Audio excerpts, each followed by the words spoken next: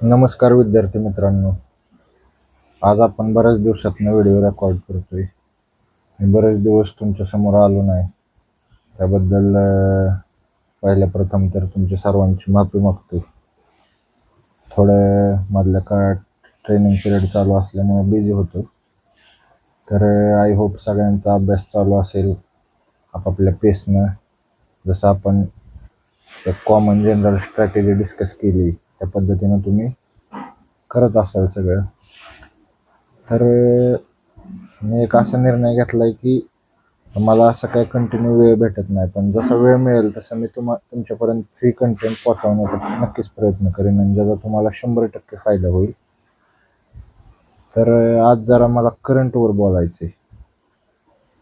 तुम्ही न्यूजपेपर वाचता बरेच जण, किंवा काही जण विचारतात की न्यूजपेपर वाचू का नाही वाचू, फक्त मॅगझिन वाचू का, कसं करू. तर मॅगझिन वाचणं ही गोष्ट कंपल्सरी करावीच लागते, का तर त्यात सगळं सॉर्टिंग करून दिलेलं असते. पण न्यूजपेपरचं महत्त्व कसं आहे ते मी तुम्हाला एक थोडक्यात सांगतो. हा एक छोटासाच व्हिडिओ बनवणार आहे.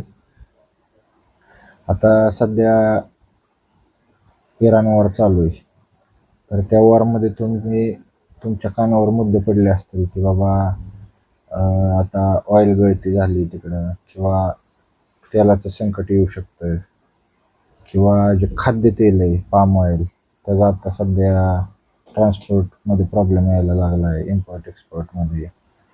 परत गॅस सिलेंडरबद्दल तुम्ही ऐकलं असेल. तर हे आपण वाचत असताना आपल्या डोक्यात लगेच आपला सिलेबस आला पाहिजे की आपल्या सिलेबसमध्ये बाबा गॅस सिलेंडरच्या संबंधित किंवा LPGच्या संदर्भात कुठली स्कीम आहे का, मग ती स्कीम कधी लॉन्च झाली, त्याच्यात काय काय त्याचे इन्ग्रेडियंट आहेत, म्हणजे करंटशी अभ्यास कसा जोडायचा हे मी तुम्हाला थोडक्यात सांगतोय. किंवा आता खाद्यतेल आहे, तर त्या खाद्यतेलाच्या संबंधित कुठली स्कीम आहे का शासनाची त्याचं उत्पादन वाढवण्यासाठी, किंवा अजून जे काय असेल ते. म्हणजे माझा सांगण्याचा उद्देश आहे की आपला सिलेबस आणि करंट हे रिलेट करत राहायचं सारखं. कुठे इलेक्शन झालं तर बाबा इलेक्शन संबंधित काय तरतुदी दिल्यात संविधानात, किंवा आपल्या सिलेबसमध्ये काय मुद्दे दिले, असं ते ही प्रॅक्टिस तुम्ही करत गेला की काय होतं, का अभ्यासात इंटरेस्ट तयार होतो. दुसरी गोष्ट, आजूबाजूला घडणाऱ्या घटनांबद्दल अवेअरनेस निर्माण होतो आणि आपण कंटिन्यू रिलेट करायला लागतो की आपला सिलेबस किंवा आपल्याला ह्यातनं आपला क्वेश्चन कसा तयार होतोय. आपण क्वेश्चन पेपरचं तर ॲनालिसिस करतोयच, मग आपल्याला गोष्टी रिलेट होतात की बाबा हां करंटमधनं GS मधला प्रश्न कसा फ्रेम होतोय, किंवा करंटमध्येच कुठले फॅक्ट्स महत्त्वाचे आहेत. तर असं कंटिन्यू चर्निंग झालं पाहिजे मित्रांनो.